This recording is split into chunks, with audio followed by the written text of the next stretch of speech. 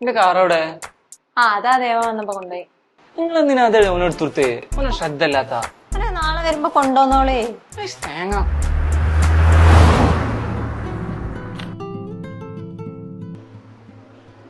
നോക്കി ഓനെ ശരിക്കും ഓടിക്കോ.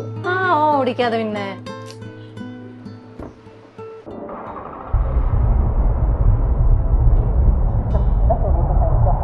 വന്നപ്പോ കൊണ്ടുവന്നത് നിങ്ങൾക്ക് നല്ല ടേസ്റ്റ് ഉണ്ടായി. ഈ എന്താ ആലോചിക്കുന്നത്?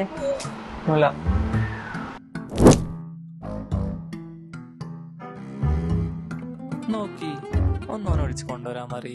നാളെ രാവിലെ കൊണ്ട് തരുവേ. ഈ പോയി കിടന്ന് ഉറങ്ങാൻ നോക്ക്.